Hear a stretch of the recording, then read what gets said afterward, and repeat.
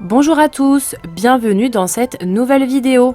Nous allons aujourd'hui parler des théories les plus folles concernant nos célèbres dessins animés Disney. Ces folles rumeurs proviennent de fans, de producteurs et de réalisateurs de films Disney Pixar. J'ai créé plusieurs vidéos sur le sujet, donc n'hésite pas à te balader sur ma chaîne pour découvrir les autres théories que j'ai pu dénicher. N'oublie pas de t'abonner et bon visionnage. Théorie numéro 1, Tarzan serait le petit frère d'Elsa et Anna. Lors d'une session de questions-réponses, Chris Buck, le co-réalisateur de La Reine des Neiges, a donné du grain à moudre aux théoristes. L'un des participants a en effet demandé où se rendaient les parents d'Elsa et Anna lorsque leur bateau a fait naufrage. L'une des réponses était un mariage. Pour Chris, qui est aussi le producteur de Tarzan, ils ne sont pas morts pendant le naufrage. Ils se sont retrouvés échoués sur une côte avec une jungle. La reine a donné naissance à un petit garçon.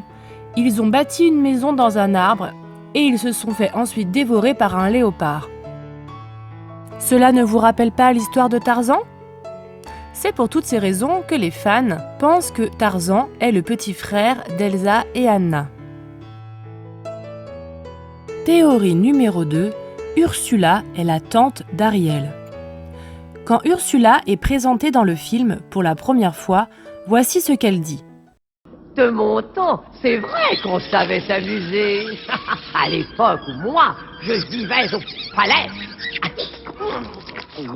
Ursula a donc vécu un certain temps au Palais Royal. De plus, on sent que dans le film, elle en veut personnellement au roi et à sa progéniture. Dans la comédie musicale tirée du dessin animé, Triton est le frère aîné d'Ursula. Dans cette version, Triton et Ursula sont égaux. Ils héritent tous les deux d'une part égale de la mer et d'un objet magique. Triton reçoit le trident et Ursula reçoit le coquillage. Quand elle commence à abuser de son pouvoir, Triton bannit sa sœur. Mais il ne pense pas à lui prendre son coquillage, ce qui par la suite causera quelques torts à Ariel. Théorie numéro 3, Mrs. Samova n'est pas la mère biologique de Zip. Voilà encore une théorie élaborée par certains internautes. Comme on peut le constater assez facilement, Mrs. Samova paraît assez âgée pour avoir un enfant de l'âge de Zip. De plus, on peut constater qu'elle a un certain nombre d'enfants, ou de tasses. Il n'en fallait pas plus aux fans pour élaborer cette folle théorie. Selon eux, Zip n'est pas le fils biologique de Mrs. Samova. Il aurait été tout simplement adopté, tout comme certains de ses frères et sœurs. Il est vrai que Mrs. Samova est une femme très généreuse et maternelle. Au château, à travers son comportement, Mrs. Samova occupe une place à part dans la vie de ses compagnons. Elle est en quelque sorte pour eux aussi une mère de substitution, aimante, attentive, sage et généreuse. Théorie numéro 4, Simplet est en fait Geppetto. Tous les deux se ressemblent beaucoup physiquement. Ils ont les yeux bleus et le même petit nez rouge. Ils sont tous les deux remplis de maladresse et de candeur. La seule différence flagrante est le fait que Simplet est muet. Mais là aussi les fans ont trouvé une solution. Il est tout simplement trop jeune pour parler. Selon la théorie trouvée par les fans, il y avait seulement 6 nains. En se promenant, ils ont trouvé un bébé abandonné et pensaient qu'il était lui aussi nain. Simplet a grandi avec cette famille tout en se faisant malmener à cause de son comportement immature. Quand il est devenu plus grand qu'eux, les autres nains l'ont renvoyé et il a voyagé jusqu'en Italie où il a commencé à construire sa propre maison. Il est ensuite devenu menuisier. Les maltraitances qu'il a subies par les nains ont laissé quelques séquelles, notamment lorsque l'on regarde les étranges rouages d'horlogerie qu'il a fabriqués.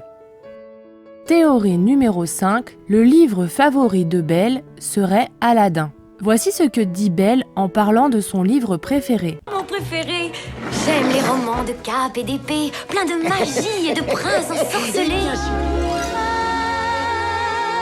Rencontre le prince charmant, mais elle ne l'apprend pas avant le chapitre 3. Vous ne trouvez pas que cette description ressemble fortement à l'histoire d'Aladin ? Théorie numéro 6, Le génie dans Aladdin et le commerçant sont en fait la même personne. Il suffit de les regarder tous les deux pour leur trouver très vite des similitudes. Tous les deux ont une prédominance bleue sur leur tenue, avec un détail supplémentaire, une bande rouge autour de la taille. Ils ont des sourcils similaires et une barbe avec une bouclette. De plus, ce sont les deux seuls personnages du film qui n'ont que 4 doigts. Et coïncidence ou non, dans la version originale, ils ont tous les deux été doublés par l'acteur Robin Williams.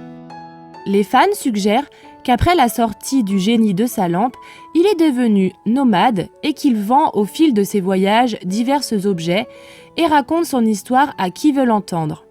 Sinon, comment pourrait-il savoir tout ce qu'il s'est passé ? Théorie appuyée par le film Aladdin, sorti en 2019, où Will Smith est à la fois le marchand et le génie. On le voit au début du film raconter son histoire à ses propres enfants. Théorie numéro 7, Ariel et Hercule seraient cousins éloignés. Dans Hercule, notre héros est le fils de Zeus et d'Héra. Dans La Petite Sirène, Ariel est quant à elle la fille du roi Triton, qui, si on suit la mythologie grecque, est le fils de Poséidon, alias le frère de Zeus. Donc Hercule serait en théorie le cousin du roi Triton et donc le cousin éloigné d'Ariel. Théorie numéro 9, la mère de Bambi aurait été tuée par le chasseur de Blanche-Neige. Même si dans le film de Blanche-Neige, le chasseur n'a en sa possession qu'un arc et un poignard, et que la mère de Bambi a été tuée par un fusil, la théorie tient debout. Le chasseur a très bien pu avoir une arme en sa possession. L'histoire de Blanche-Neige se déroule à peu près au XIIIe siècle, et les armes à feu sont apparues en Europe à cette période. Chasseurs, biches, il n'en fallait pas plus aux fans pour trouver un rapprochement entre ces deux films. Peter Pan est un ange qui guide vers le ciel les enfants morts. As-tu déjà pensé à la façon dont les enfants perdus ne grandissent pas au pays imaginaire ? Pour certains fans, ce n'est pas parce que Neverland est un endroit magique, mais tout simplement parce que ces enfants sont morts. Peter Pan est considéré comme un ange qui emmène au ciel les âmes des enfants morts et prend soin d'eux. Selon certains professionnels, J.M. Barrie, qui est l'auteur du livre Peter Pan, a créé ce personnage suite au décès accidentel de son frère âgé de 13 ans. Dans l'imagination de J.M. Barrie, Peter Pan est la réincarnation de son frère décédé. Il devient un ange qui guidera les enfants perdus vers le paradis. L'histoire originale sur laquelle le film est basé comporte même une phrase que l'on peut souligner. « Mourir sera une formidable aventure ». Alors, que penses-tu de cette théorie ?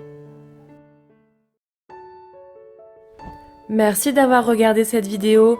N'hésite pas à la liker et à t'abonner. À bientôt pour de nouvelles aventures. Bye bye.